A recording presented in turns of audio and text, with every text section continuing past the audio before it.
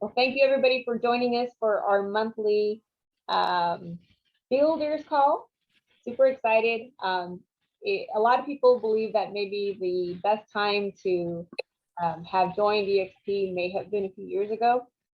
I can tell you that in terms of being able to invite people to the company, have them be part of your team, there couldn't be a better time. There's so much amazing press out there about all the things that we're doing, all the value that we're bringing.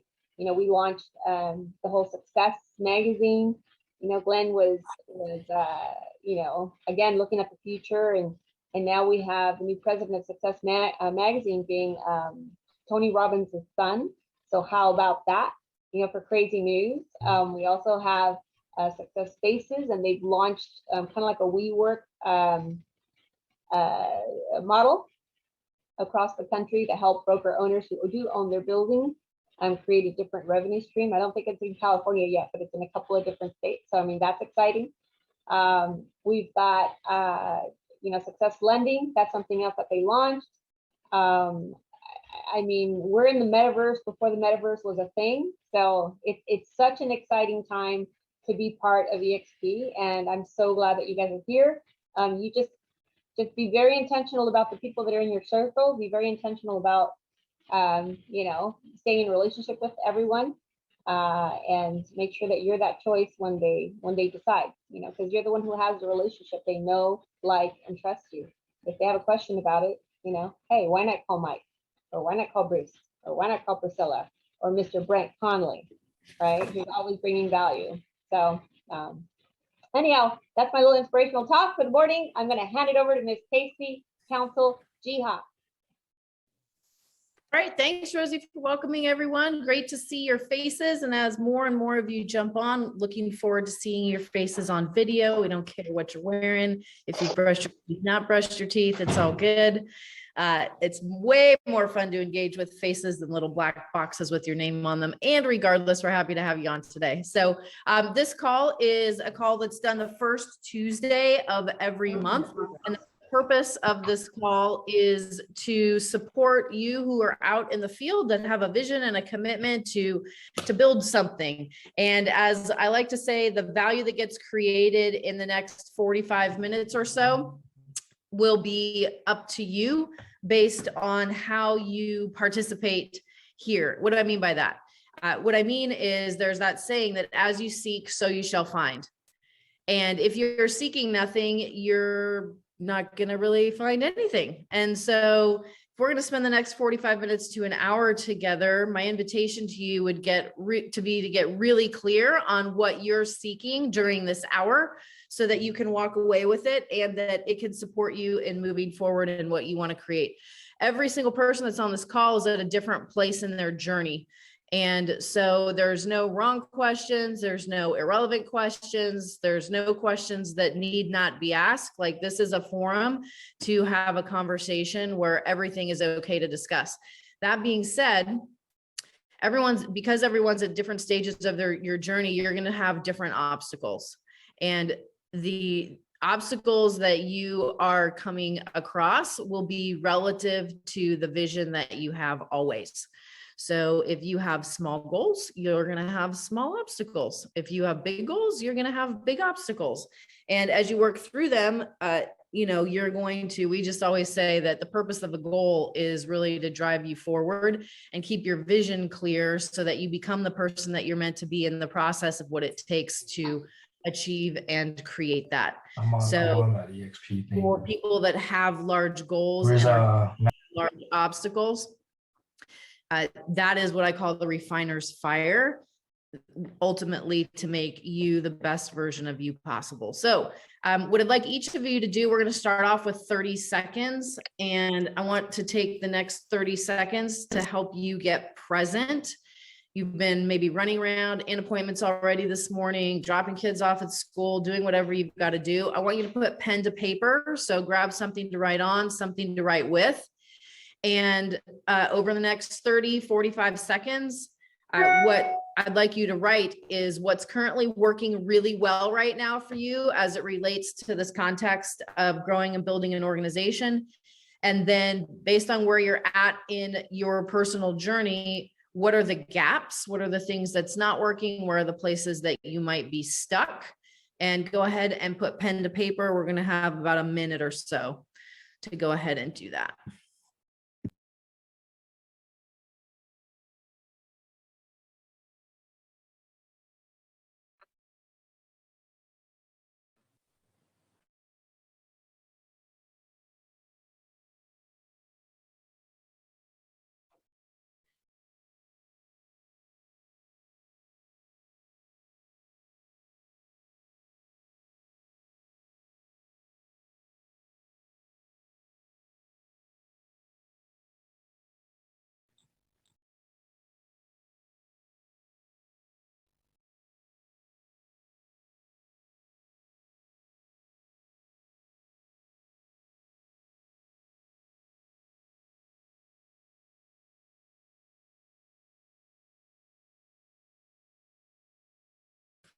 As you wrap that up, what I'm going to ask each of you to do is for the areas that you may be stuck or looking for support, go ahead and type them into the chat below, please.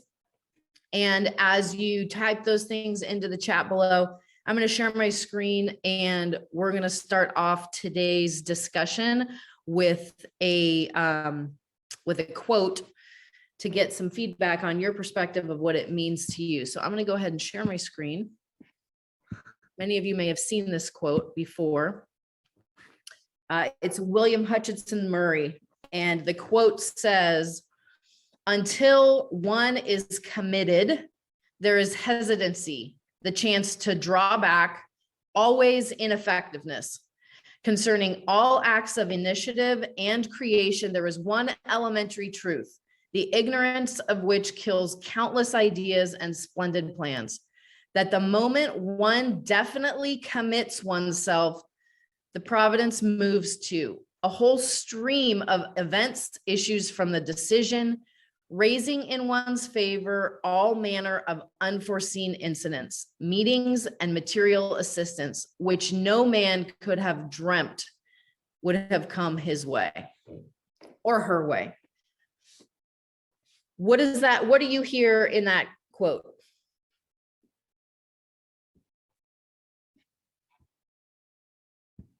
I'll chime in, Casey. It's basically once you make up your mind, the universe conspires to support you.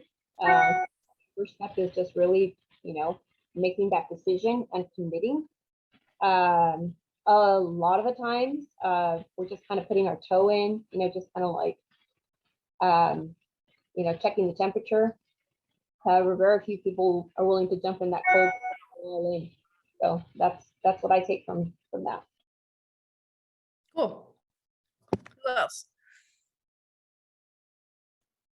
We have some responses in the chat as well. I'm going to stop the share so I can see the chat. Once you get your head in the game and commit, the rest will fall into place. Love it. What else?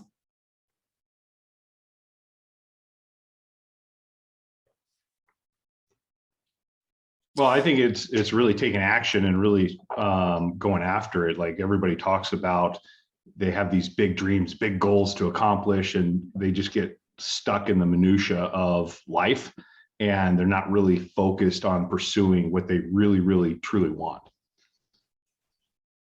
Love that.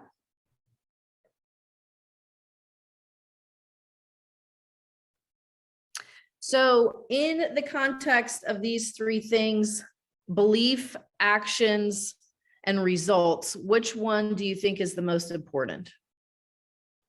Belief. Belief. They're all important. Forget about it. They're whatever you're on is important. Belief, without action, a belief is just a pipe dream. I say belief. Who else has a thought? There's 35 of us on the call. Well, I'm going to change mine. I'm saying action. That's what, because the belief will come in after. If you do enough action, the belief will start to develop and gain strength. Yeah, I say action. That's what I'm going with. Okay. I'm results oriented. This is an unwinnable discussion. Ooh, we're going to settle it right here and now. You guys ready? So that if we go back to that quote around until one is committed, there's hesitancy. How do we demonstrate commitment? By taking action. By taking action, right? I know what someone's committed to based on their results. So if I say, oh, I'm committed to getting into shape and being a size 6 and being 10% body fat, which would be really low for a woman. Let's make that 15, right? And then you actually see me and I look nothing like that. And I say, I'm committed, I'm committed, I'm committed. Based on results, I'm not committed. So results, sometimes harsh, are always going to be fair. You know what someone's committed to based on the results of what they're creating. And those results are going to come from action. So if I think, okay, I'm looking at, I've got this commitment, I've got this vision, I have a belief that it's possible, and then I don't take action on it, none of that comes to be. So the number one belief building mechanism is taking action. Because when you take action, if you're willing to look at what was effective and what was not effective and grow from it each time, then you're getting better. And if you go out and you take action again and you do that same thing, as you start to build that muscle and you're learning and you're improving and you're growing, your belief is going to go up. The people that have the most belief, the most confidence, the most certainty are the ones who have been engaged in the highest levels of action and activity. The ones that have the lowest confidence, the lowest belief, the lowest certainty are the ones that have been engaged in lower levels of activity. And so you might think, oh, well, you see somebody that is maybe brand new to EXP and they're so excited, they're on fire and they're talking to everyone until they get 10 people in a row that kick them in the teeth. And then they're like, oh, I don't know. This is harder than I thought it was going to be. And is this really going to work? And it's like, well, what happened to your belief and your commitment, right? Belief and commitment can go out the window. It's the action day in, day out, conversation in, conversation out that is going to be the supportive thing that's going to help you grow. Because would you agree that that action is all we have, right? So when we look at action, and now we're going to talk about capacity, the action and the capacity, right? I was on the phone yesterday with someone having a conversation, and we were talking about the third-party validation training call. And I said, how is that going for you? They're great. And I said, she said, they're really working. And I said, how long are your conversations? And she goes, well, an hour and a half, sometimes longer. And I said, really, have you played with the idea of having a 30-minute validation call? And she said, well, no. And I said, that's interesting. Tell me about that. And she said, well, we just don't, we just get on and we do what we do, and that's how we do it. And that's how we've been doing it. So I said to her, what would happen if you could create the same amount of value in 30 minutes that you're creating in 60 to 90 minutes? What would happen for your organization personally, right? What would happen as it relates to your real estate sales business that you're still, very actively working in? And bigger question is, what would happen if the effectiveness of a 60 to 90 minute call, you were able to get that into 30 minutes? What would happen in your organization if people started replicating that? And she said, oh, we'd blow up.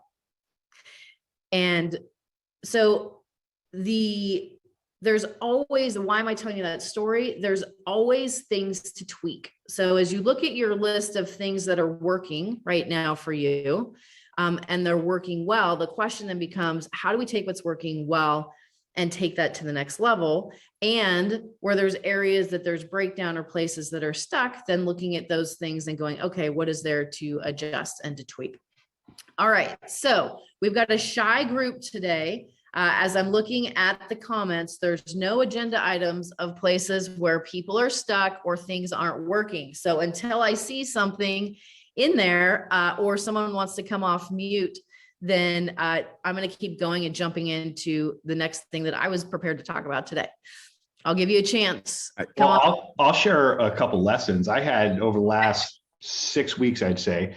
I had 3 people sign up and they ended up not coming to EXP, and for different reasons. One, a broker, she wanted to tell her broker, so she went and told her broker, and Keller Williams threw her a bunch of stuff, and so she bailed out. So I think I'll still get her after Keller Williams promises fail, but it kind of delayed that.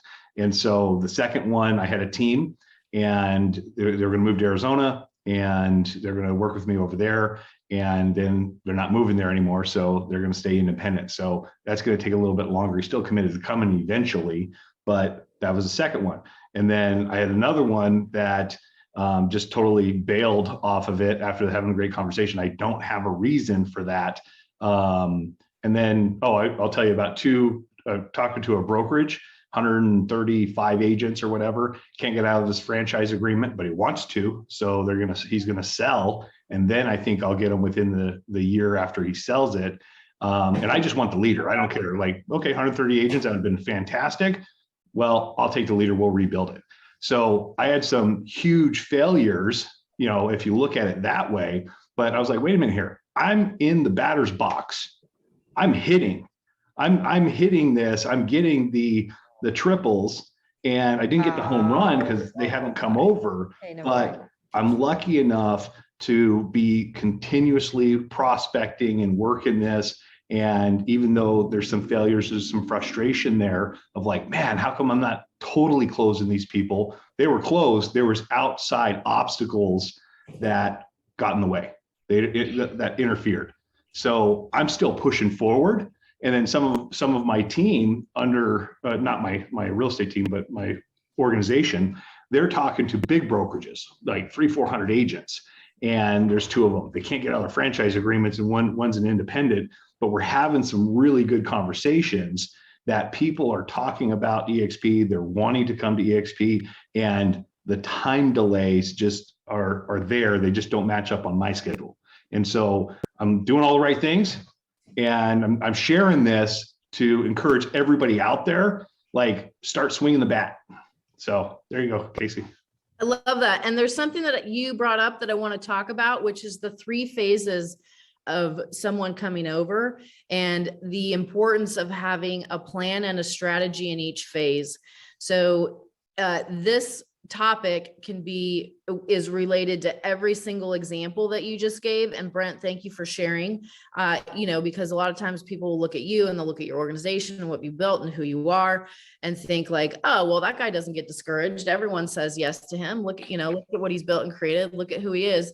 And it's so easy to look at people that have created big things and just realize like that person has gone through 1,000 more struggles, talked to thousands of more people. Like they've gone through so much more than I have to get to where they're at today. So that is always going on in the background. And I think the difference is between somebody like you and somebody that maybe doesn't have the same attitude is you're like, you see the big picture. I call it being the difference between being married and dating. Right? Like if I'm dating someone, there may be other possibilities that come along because I'm not set. However, when I am like married, I am done. There is no other possibilities. There's not any other option. And that's how you approach what you're building and creating with the XP. So whether someone says yes, or whether someone says no, or whether they say yes, and then it turns into a no, you're continuing moving forward because you're married to what you're creating and you're committed at that level. Does it mean that it is fun to have those things, go sideways, particularly when you're investing a lot of time and energy in people? No, not at all. However, I think the lesson here for everyone is that you keep moving, right? And when we make it about ourselves, we make it about what's happening with each person. When we make it about other people, and working with and helping and serving other people, it's like, okay, great. Who is looking for me that haven't come in contact yet? I always say I'm looking for people that don't know that they're looking for us, right? And then we meet and we have the conversation. It's like, where have you been my whole life, right? And now there's plenty of those people out there for every single person on this call based on the relationships that you have. But back to the 3 different areas and phases of any person's journey from where they're at to coming to EXP. There is the before they move their license phase. There is the process of actually moving over, if that's a single agent or a team or a brokerage. There's the process of actually physically moving over to EXP. And then there's the phase 3 of what happens once they're here. And so regardless of if this process takes 2 weeks, 2 months, or 2 years for some of the people that you're working on, it's important to know which phase you're in and have a very proactive and strategic plan for each phase. So for the person that's not ready to come to EXP for whatever reason, however, they know that they're going to at some point, my question would be, and as you're looking at yourselves and the people that you're working with and working on, is what is your strategy for phase 1? What happens between where you're at now and when you move over? Is it about closing out transactions? Is it about locating a different space? Is it about downsizing? Is it about plugging in and learning and getting integrated into the organization so that you feel confident about who you're in business with?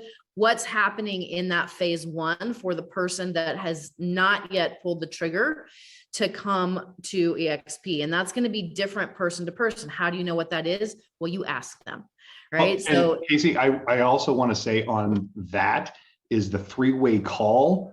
That person that you're getting on the 3-way call makes a huge difference. Even when you know they're coming to EXP, it still makes a huge difference because there's different questions being asked and there's different energy, there's different relatability. And all of that conveys to them that there's more than one person in the leadership team that is going to help them succeed at EXP. So that's why we have an upline, everybody. So I just wanted to mention that. Use it. It's so important. I've lost a ton of people because I thought I had them in the bag and I didn't use different people, different personality styles to make sure that connection's there. And they didn't ask those different questions than I did because my train of thought's different. And they didn't fully connect or commit to coming over to this brokerage. So wanted to mention that too. Yeah, and that is definitely a phase 1, a phase 1 strategy, right? How many people that I am in business with, which would mean if you log into your my.exprealty.com and you click in the upper right-hand corner, it will tell you the 7 people that are listed that are your senior partners. And as you introduce people to more and more and more of them, that is think about it. Most people, community is really important. Who you're in business with is important. The average of the 5 people you surround yourself with is important. Carolyn, is Carolyn on the call? I thought I saw her here. Carolyn Howard. Yes, Carolyn. We had a call with one of Carolyn's relationships, somebody that has been approached and really turned off about EXP, however, loves Carolyn and was looking for some support on scaling her business. So we got on the phone and had a conversation about how you scale a business. And she got an experience of me not talking to her about EXP, talking to her about her business and the scalability of it. And the conversation based on how the tools and resources, which I'm going to share my screen with, for those of you asking, what is a 30-minute validation? There was that question. We shared with her our version of scalability within EXP, right? So empirebuilders.pro is a site that Rick and I built for our entire organization as a one-stop shop for growing your sales business, simply onboarding someone step by step, and attraction and recruiting. That third-party validation training is in there. And so when she saw, I said, I'm showing you this and it's about EXP. However, we're not talking about EXP. We're talking about your business and giving you physical examples of ways that you could scale it and some of the things that would be important in the context of what her business was. Well, what did that do? That opened it up. She was like, oh my goodness, this is, when I thought about EXP, it's like, I don't want to be the person having to do this person to person to person, and here this resource is. And so where she had been, and we weren't talking about EXP, but Carolyn is on our 7th level in our organization, and we have a relationship with Carolyn, and Carolyn is using the support that's available to her, that's available to you and everyone else on this call, to build bridges and create relationships at a higher level. So while that initial conversation was not about EXP at all, she got a soft exposure to something that she had no idea existed within our leadership group. And she got the ability to, we had calls actually around her business, what was important to her, and an experience of the people that Carolyn's in partnership with. So in that phase one, right, she's not even looking at coming to EXP. However, that third party validation call in connecting people with people strategically is really key. Phase two is when someone's ready to pull the trigger and actually physically move their license. I would venture to say that maybe 1% of the people that are on this call are taking advantage of the most important window when somebody moves their license, that when they are coming in part for what they see that's available and building an organization and building revenue share, there is one strategic window, and it happens 2 to 3 days before the license gets pulled. And it happens before there is any public notice like social media or announcements made that that person's moving over. Who can guess what that is? Reluctance. Okay. Reluctance. Who else can guess?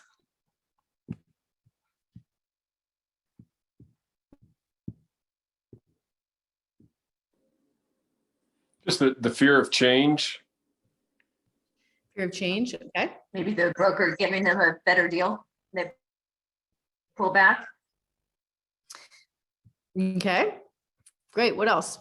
I think they just start to get overwhelmed a few days before. There's all the excitement leading up to that moment. And then they're like, oh my God, I'm really doing this. And how is my business going to continue when that change occurs? And the wheels start coming off the bus a little bit.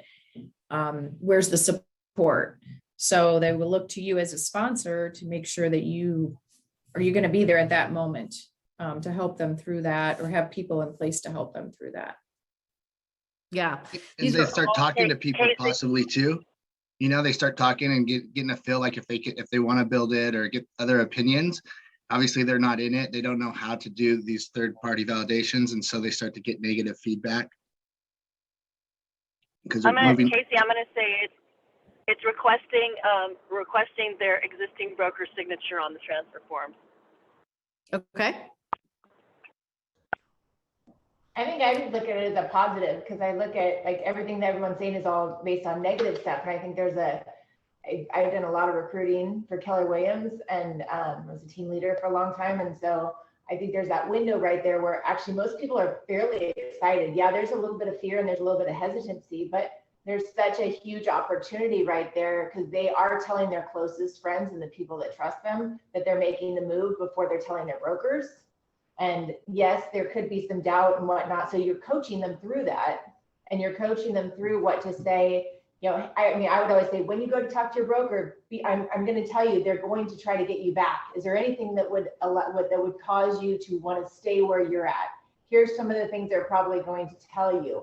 So I would handle all the objections before I'd even talk to them before they move over. I mean, I've got 2 of them sitting right here with me. You know, I told them that too, because I was pretty used. I was used to those objections. So I know Nick wanted to pop in real quick. Yeah, so one of the things in that moment, I think it's when you're most excited about moving across.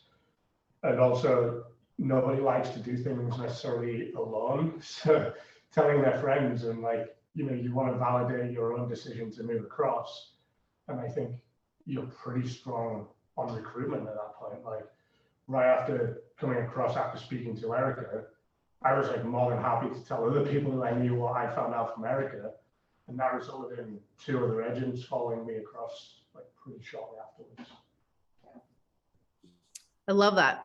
So there is something that some of you touched on. However, I'm going to give you a specific thing to do as you're moving from phase 1 to phase 2 that can be a game changer. I think it's important to remember that 88% of the people that come to EXP, based on the EXP numbers, are here to grow the real estate sales businesses and to level up in who they're in partnership with, to take their lives and their businesses to the next level and be aligned with the right people.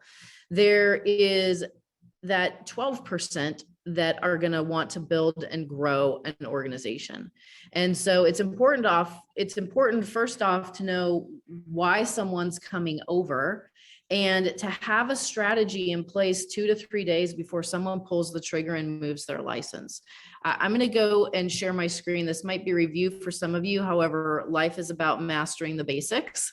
And I'm going to pull up a visual so that we have got it. Okay, so in this number one, in somebody getting started as they're moving over to EXP, it's really important to have their story in place. Why are they moving and what do they want to create as a result of being here? And have an ability to language that up in like 20 seconds. I call it an elevator pitch. Right. So for one gal that we brought over during the pandemic, it was like this was her pitch. I've been in business 24 years as an agent. And as the world's gone mad, some people, Rick Jiha, I just see him thriving and growing and everyone that he's around and in partnership with doing the same thing. At the same time, I've been doing this deal 24 years and have no retirement. And as I learned more about what was available, I saw a way to work smart over the next handful of years and set our family up in a way that we've never been set up before to date. That was her story. And then moving forward, the vision was, I know I'm not the only agent that's not set up. And so my commitment is to help educate agents about what's available and make proactive plans to get them set up in a better way in their businesses and their lives, period. It wasn't about EXP. It wasn't about coming to EXP. That was her story, right? And what we did with her as we onboarded her is that part of that process before she told her broker, before she moved her license, was we built her contact strategy list. And I said, I want your top 20 people. Who are the top 20 people that you've got really great relationships with? And then we walked her through a process that is called, I wanted you to hear it from me, not from someone else. So what she did with those top 20 relationships was this. Here's the script, you guys. She reached out to them systematically and just said, hey, I'm reaching out. There's something, important that I want to tell you. I wanted to hear it from me, but not someone else. But first, how are you? How's your business? How's the family? Caught up, right? And then the compliment. Listen, we've been, colleagues and now friends as a result of being in real estate. And you're somebody I love, respect, admire, whatever it was she said about the compliment.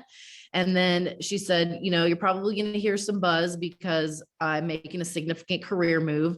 And I didn't want you to hear it, on Facebook or Instagram or LinkedIn or from other people talking about it. I wanted you to hear it from me and give you the opportunity to share, why. And so here's the interesting thing. And I want to share this with you as an example to show you two things: using the system and working in partnership with the people that have an invested interest in your success, which is anyone that is 7 levels above you. One of the people, I said, listen, I'll be a fly on the wall and I will coach you on what worked and what can improve on every conversation that you have as you're making those calls. And she said, no, I'll be too nervous. She's never recruited anyone. She's never worked as a team leader. Like, she's never done any of that. She's been in real estate sales for 24 years. And I said, all right, well, you are going to have no idea what you said or didn't say. And it's going to be hard for you to go what was effective and what didn't work if you've got a set of ears and me listening. And I can tell you in 30 minutes of making those calls, you can get dialed in with confidence and posture because I can help you get that streamlined. And she's like, no, I want to do it by myself. I said, okay, great. So I said, well, text me if you get stuck, right? So she texts me and she goes, oh my gosh. She's asking what company I'm moving to. What do I say? And so I text her back. I said, don't be weird. Say, EXP, have you heard of it? And the lady was like, yeah, I've heard of it. I know all about it. And I said, really? So ask her, has she actually gone through a due diligence process where she watched an overview that explained the entire business model and all the aspects of EXP? And so she asked her, she texted me back. She goes, she's done that. I said, great. Ask her when she did that. She said, oh, she did it a year ago. I said, great. Ask her who she did it with. And she comes back and she goes, she doesn't know who she did it with. It was some guy that was a cold call that reached out to her. She met him in Starbucks. They sat in Starbucks. They watched the model explain together. on his laptop, and she didn't want to go that direction, and that was it. Now, most people would think this is the end of the conversation. This is the beginning of the conversation. I said, fantastic. Here's what you do next. Share your story and ask her if she's willing to support you as a friend and a colleague. So she shared her story and she said, listen, I've been in real estate for 24 years. The pandemic hit, the world changed. And what I realized is a couple of things. Number one, I can never stop selling real estate because our family's not set up to retire in any way, shape, or form. And number two, a good friend of mine that lives on the West Coast, everything he was doing was growing and thriving, and he was energized through one of the most stressful times that we were all in. And so I had a conversation and saw a way to work smarter over the next handful of years and get our family set up in a way that is not going to happen if I stay where I'm at doing what I'm doing. And so my commitment now is to help educate other agents on what's available and help them make strategic plans for their business and their life. Here's what support would look like. Are you willing to support me in that vision? And the woman was like, yeah, of course I'm willing to support you. You know, what do you need me to do? And so, of course, I'm texting her. This is like all this texting going back and forth. And so I said, here's what support looks like. It's been a year since you watched the model explained, and the company's changed. There's a lot of things that have happened, and there's a new one that's out. What support would look like is you watching that new one in its entirety and putting together at least 3 questions based on the content that you watch, and coming to a conversation with my business partner and asking those questions. As you ask her those questions, that will be my training for how to talk to agents moving forward. That's it. It's a 30-minute call. And she said, I absolutely will do that. So I was the person that did the 3-way call with her. She's like, I can't even believe it. Right. So we get on the call. She, watched the how to do a third-party validation call training. And we get on the call with the woman. And after the introductions, I just said, look, I got her quick story. How'd you get into real estate? She goes, oh, well, I used to be in a business where realtors were my clients. I was like, really? How many clients did you have that were real estate agents? She goes, oh, over 1,000. Now, most people would want to say something about EXP, but this was a training call. So I'm just taking that information, put it in my back pocket, right? Oh, great. Well, why'd you get into real estate? Well, because that position went away and I knew so many people from the industry. It just seemed like my natural next step. I said, fantastic. I said, I know that when you were looking and going through a due diligence period that you did speak to someone about EXP and decided to go somewhere else. Tell me, what had you factor into the decision that you made to go where you went? And she goes, oh, well, it was a team that was doing a lot of business in the area. They had leads, and I figured that the mentoring would be great and I could learn to get my business off the ground quickly. Fantastic. So what's been the best part about your 1.5 years with that team? And she said, well, I've closed 9 transactions my first year as an agent. Perfect. In 3 minutes, I had that woman's entire story and I knew exactly what I was going to do in the 30 minutes that we had together outside of answer her 3 questions. So we went through the 3 questions and I made sure to leave 7 minutes at the end of that call because I was committed to planting a seed. Right. So before we went into that, I said, listen, you have my commitment that I will not attempt to recruit you to EXP or convince you to do something that you don't want to do. This is the context of this conversation is a training call so that Jackie can listen to how I answer your questions and get trained on how to level up and skill up when she's talking to people. And so that's exactly what happened. The call is 7 minutes to the bottom of the hour because I know how to manage the time. I got all 3 questions up front. We addressed them while leaving that window of time at the end. And I said, we're coming to the bottom of the hour. We're running a little bit ahead of schedule. And I have a question for you. Is it okay if I plant a seed before we get off this call? And she said, yeah, of course. And I said, I want to honor my commitment that I made at the beginning of our conversation that I would not attempt to recruit you to EXP or convince you to do something that you don't want to do. And I am committed to honoring that. And she said, okay, thank you. I said, for the sake of planting the seed that I'd like to plant, I said, can we imagine that you are coming to EXP and that's something that you want to do? And she was like, yeah, sure. So what that did was it neutralized the energy to know that this wasn't about her. It's like, can we just pretend for a second? Pretend, right? So I said, just out of curiosity, you have 1,000 agents that you used to work with. And do you feel like you have good enough relationships with at least 5 of them that if you decided to make a move and come here, that they would want to follow you and be part of what you're creating and doing? And she said, oh, absolutely. And I said, okay, do you have those 5 people in your mind right now? Can you see them in your mind's eye? And she said, yes. And I said, okay, great. So when you think of those 5 people, do you feel like they have credibility and influence and relationships with at least 5 agents themselves that would do the same thing? And she said, yeah, for sure. And I said, okay, so here's the seed that I would like to plant for you. And I shared my screen like I'm going to share it with you. And this is what we brought up. And I very simply wanted her to understand the concept. I said, those 5 people that follow you to EXP would be your level 1. And all the agents at EXP are on an 80-20 split till 16,000 that come over as individual agents. What that 2,800 represents is that they're doing enough business to pay the company $16,000 every year on their split, and they cap. And what you have on level 2 is those 5 agents that each had those relationships with 5 other people. And those agents cap, and it's $3,200 per agent to you. If you add those numbers up, that's $94,000 a year in passive income outside of your day-to-day sales transactions that you're currently doing in your real estate business. Now, let me just tell you this. It's never, ever, ever going to happen that way because you're not going to have 30 capping agents. However, what if they were half cappers? That's still $4,000 a month. I don't know about you. However, $4,000 a month would change most people's lives coming in on a leveraged level. And she said, yeah, it really would. And I said, awesome. That's the seed I wanted to plant. If you ever want to have a conversation about you specifically, your business moving forward, or any way that we can help, we're happy to have that conversation. Seed planted and done. Now, why am I telling you that story? I'm not telling you that story because of the agent that was not with EXP. I'm telling you that story because of the agent that was coming to EXP.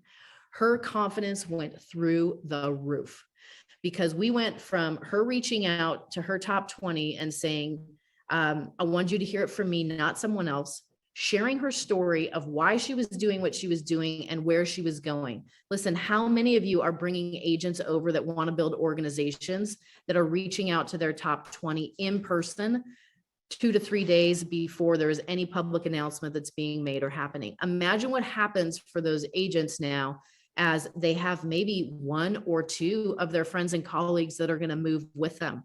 When they go to that broker and that broker, is going to try and buy their soul to keep them to stay, and they've already got the beginnings of an organization and a leveraged income stream in the process in those 2 to 3 days, do you think that the pressure is going to feel the same? It's not. That 2 to 3 day window before someone moves is one of the most critical windows for somebody that is committed to building and growing. If you have a proactive plan and strategy put into place, and if you're working with them closely on that strategy, right? So what do I know about Jackie? Well, what I know is that based on that experience that she had in that 3-way call, she had the confidence to continue to reach out and have those conversations. And it laid the foundation that might not otherwise have ever gotten laid had she not done that, had we not had that strategy. So as we kind of, round out this conversation, what I would say is that every window matters. Phase 1, before someone ever comes over here, matters. And what is that included in your phase 1? When you're working with people. Phase 2, the actual transition and having that done strategically, utilizing the onboarding system step by step to keep it organized, to keep it clear, and to make sure that nothing gets missed. Like all of these onboarding links are done, live links and chronologically, to make sure someone's got a great experience as they come over. And make that transition. And then of course, in phase 3, like once they're here, you might be doing a happy dance and thinking that, great, I had an agent that joined me with EXP, but that's just the beginning. it's the beginning of getting them plugged into the community. Where do they want to grow and build, and getting them plugged into those resources, getting them to events, working together, and staying in communication, plugging them in with what you're creating to help upgrade them. And the truth is, people don't walk away from things financially when they're really financially invested, right? So what if that agent had 1 or 2 or 3 agents that they were getting revenue share from in their first 90 days of being with the XP? Do you think that's going to matter in their experience? How do you think that's going to impact retention? Like, these are all things to be really strategic about in phase 1, phase 2, phase 3, as you're growing and building. So I know that was a lot of information, and I see there's a couple of items that have come up in the chat group that were questions. But before I move to those, I want to open it up for any questions, comments, feedback, things that weren't clear that you might want clarification on, or just any ahas that might have come up for you as well. It's been a monologue for a bit.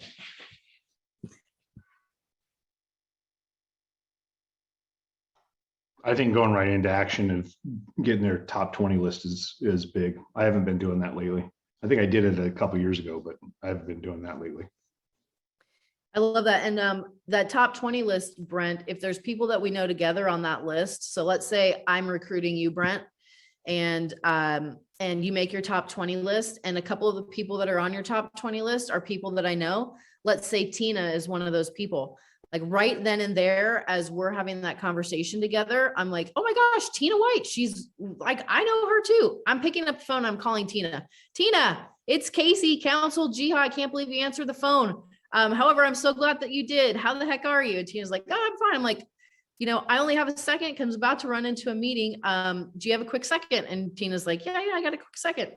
Tina, your name came up. I'm sitting here with Brent Connolly, and we're working on a project that we're really excited about in real estate. And so I was like, you know Tina? And Brent's like, yeah, I know Tina really well. We were talking about how we knew you and what we both adore you for different reasons. And so I wanted to reach out and grab 10 to 15 minutes. We're working on something super exciting. When can we chat later today or tomorrow to tell you about what we're up to? Now, if Brent's already with EXP, Tina's going to go, is this about EXP?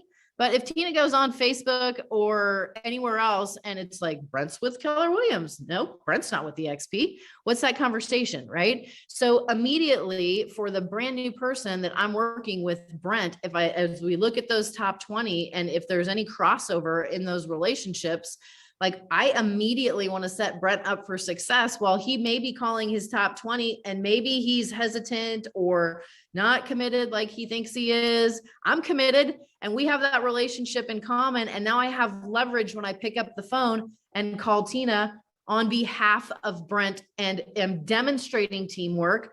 I'm leading by example. And most importantly, if you guys go back to my training on there is no presentation and an invitation, when Tina says, oh my gosh, what are you guys up to? Tell me about it. Tell me all about it. In this initial invite call, I'm like, oh my gosh, we're so excited to tell you about it, Tina. However, I got to jump into a meeting, so I physically do not have the time right now. When later today or tomorrow can we grab 10 to 15 minutes? Now, 2 really important things happen in that. Number 1, I am not satisfying any curiosity. So I actually get the 10 to 15 minutes with Tina and Brent. And number 2, Tina's going to be thinking about what the heck are Brent and Casey up to. She's probably going to go online and go, oh, is this an EXP thing? She's going to see that Brent's not with the XP, and she's going to be thinking about it. So Tina's brain is going to be primed by the time I come to that 10 to 15 minute conversation with her. What are they up to? Versus when I caught her initially, she's more than likely in the middle of something and just happened to answer her phone. So yes, love that, Brent, top 20, and also where there's shared relationships, jumping in the trenches immediately. All right, who else? Ahas, takeaways, questions? I think what I've learned lately too, and that I messed up at the beginning, is kind of what Brent was saying as far as a three-way call, but also Rosie's helped me with this too. And you, Casey, continuing the line, like setting up another call, like going up your upline or leadership, just to continue the conversation. Because at the beginning, I didn't do that, and I was following up by myself, but I didn't really have a reason to follow up or something special to tell them. So I think that's really helped lately, continuing to work that line.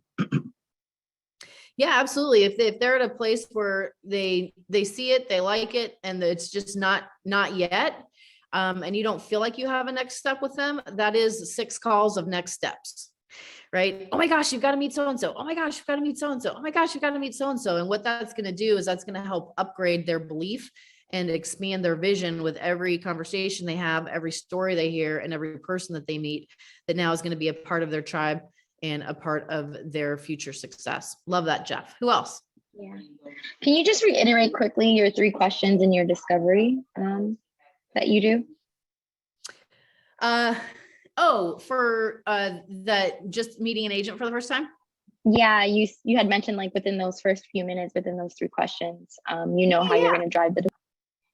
Yeah, absolutely. I'm going to bring up, and this is also, so if you want to find a longer version of this I'll show you where the longer version is, and then we'll jump right to it. So there is a longer version under the Builders Boot Camp.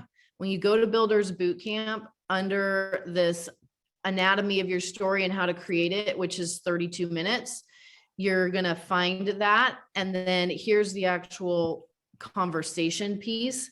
So a lot of people will use Ford, family, occupation, recreation, dreams to get to know someone. And while that's interesting and you may collect a lot of information about that person, you have no idea what their business needs are or where their gaps are. And if you just say, hey, what's not working in your business right now? Nobody's going to open up and tell you what's not working, because most people are focused on looking good, right? We all want to look good and like we're successful. So whenever I'm meeting an agent for the first time, whether that's a 3-way call or somebody that I think I might want to personally prospect, I just want to know, I'm like, oh, tell me a little bit about you. How long you been in real estate? What were you doing before real estate? That's your background. Why did you get into real estate? Oh, what do you love most about it? And then to help identify a breakdown without having someone feel too vulnerable or exposed, I just like to ask them, tell me, 3 things that you're working on this year in your business to create more, better, or different. And when someone shares with you what they're working on to create more, better, or different, what that reveals underneath it is it's a gap of what's not working that they're working to fix or take to the next level to create more, better, or different. And it helps you identify a need while being able to build, still build relationship. So with that agent that I was on the 3-way call with, it was, tell me about how long you've been in real estate, what you were doing before. And in the context of the conversation that we had with her, it was, why did you move from where you were what you were doing to becoming a realtor? And then because she didn't choose EXP and she knew about EXP, I wanted to know why she went where she went. Like, what was she looking for in her business that had her go there? And then I also wanted to know what her experience has been now that she's been there. Right. So those things, I'm getting like literally in 2 to 3 minutes, so much quality information about them as a person, them as an entrepreneur, them as a real estate agent, that it doesn't take, a lot of times we think it takes like, oh, I need to go sit down with someone for an hour to build value and build the relationship and talk. That is so not true. Like, I would challenge all of you to build that kind of relationship and create those conversations in 10 minutes. And when you do it in 10 minutes, do it in 5. And when you do it in 5, do it in 3. Like, it does not take a long time to create value when you are clear. Sometimes we use more words thinking that more words is better. I like be brief, be brilliant, be gone. How quickly can I get to the essence of what is important for me to know about that agent? And then sometimes I'll ask, since I'm just meeting you for the first time, what would you like me to know about you? And what someone wants you to know about them is also going to tell you so much about that person, right? When you just leave it totally open-ended, because you're going to find out what's important to them based on what they share. And I love open-ended too. So great questions. Did I cover everything you were looking for, Liliana? Yes, thank you. I appreciate it. Okay, great. Who else?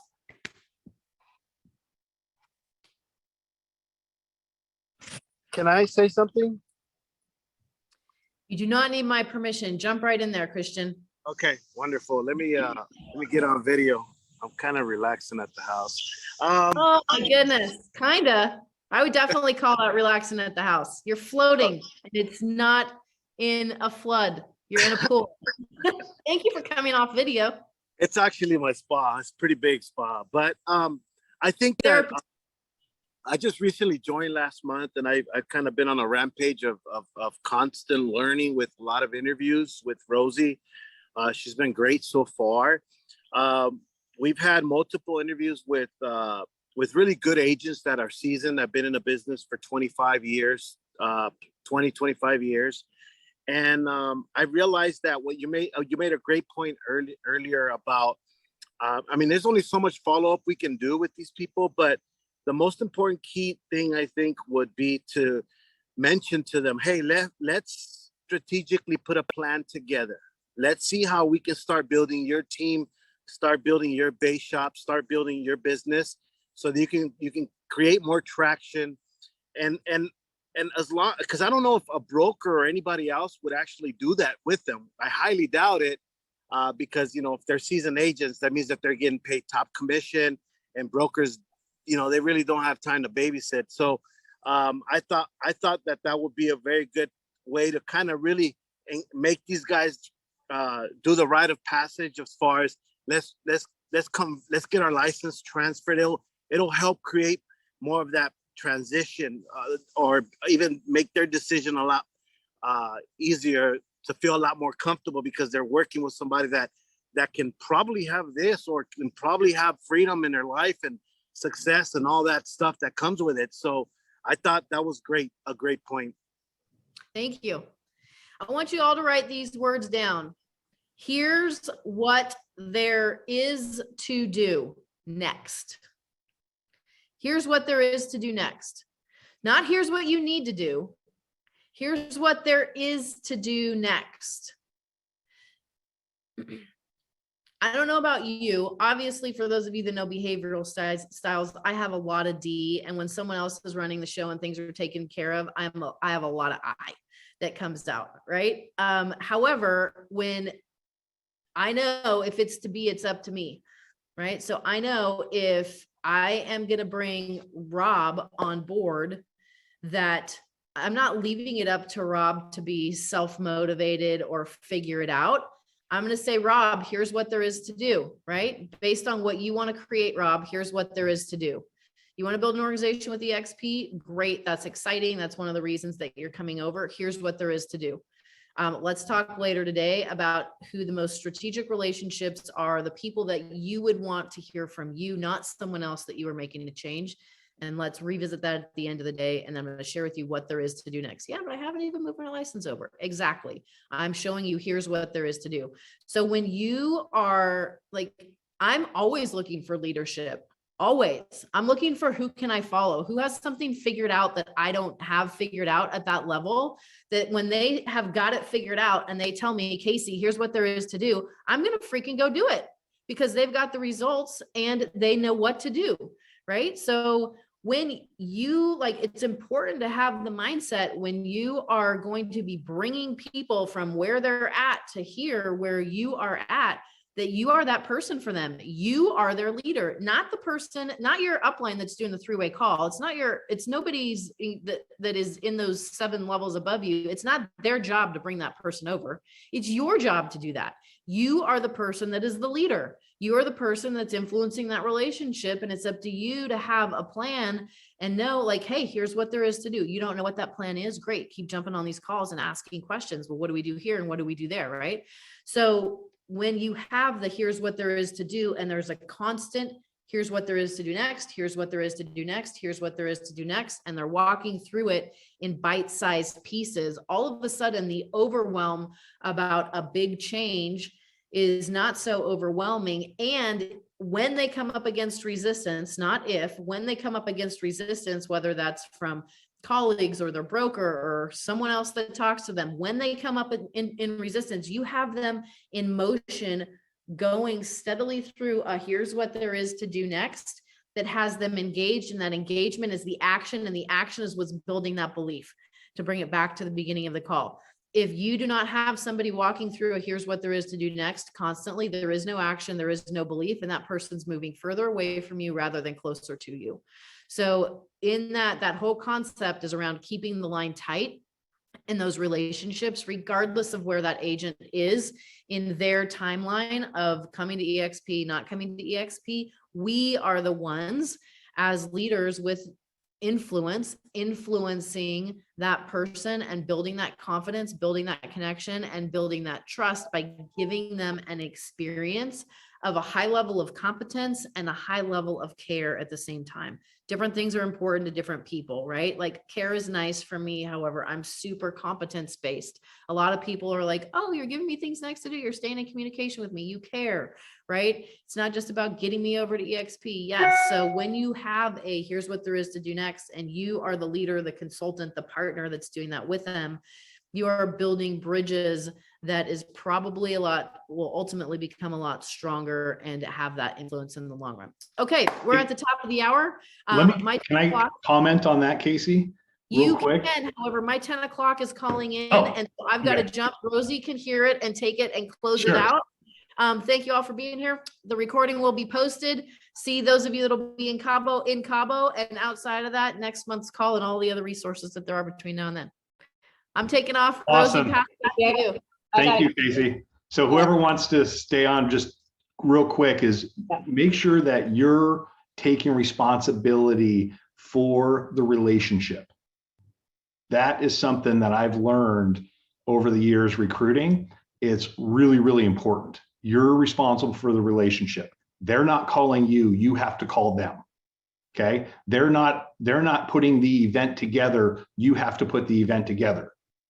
Okay. That's so important as you're recruiting, and it's a long-term game.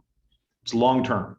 Like Brian Margolis is on this call. We were prospecting him for 4 years, right? What's up, Brian? He finally came over. So, but he's not calling me forever. He's not calling me all the time. So I invited him to this call. I texted him and said, hey, get on this call because I want to see him succeed. He's on, I don't even know what level he's on, 5, 6, something like that. Probably 4 or 5, something like it. Doesn't matter to me, but I do know that this is the right place for him, whether he knew it for 4 years or not. Right. But it's you're responsible for the relationship. Keep inviting people, keep interacting with the people that are in your organization and not in your organization, because that's what a leader does. So you step up as leader. So if you guys want to check out a podcast that I'm a huge fan of, it's John Maxwell, the John Maxwell podcast on Spotify. Like that's really, really awesome to listen to. And your leadership will grow, and you're just going to grow, and you're going to be attracting better people the more that you become a leader.